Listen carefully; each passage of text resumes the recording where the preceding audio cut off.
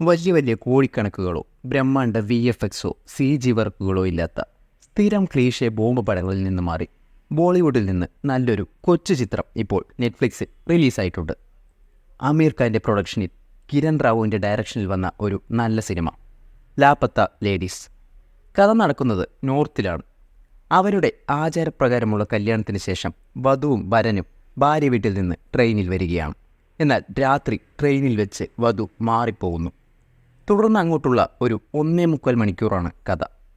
സിനിമയുടെ total duration 2 മണിക്കൂറേ വരുന്നുള്ളൂ. ഈ 2 മണിക്കൂർ നിങ്ങൾക്ക് ഒരിക്കലും ഒരു നഷ്ടമായിരിക്കില്ല. എല്ലാവരും പുതുമുഖങ്ങളായതുകൊണ്ടാവണം ഈ നല്ല സിനിമയ്ക്ക് വേണ്ടത്ര ശ്രദ്ധ കിട്ടിയില്ല.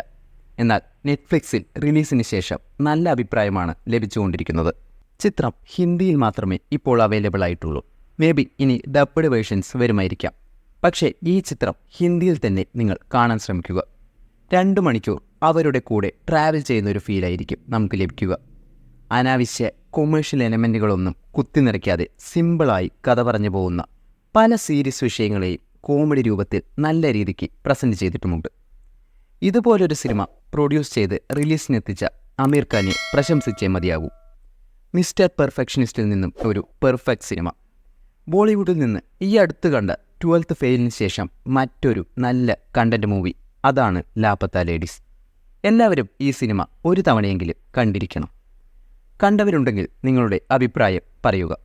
കാണാത്തവർക്ക് തീർച്ചയായും ഈ സിനിമ റെഫർ ചെയ്യുക.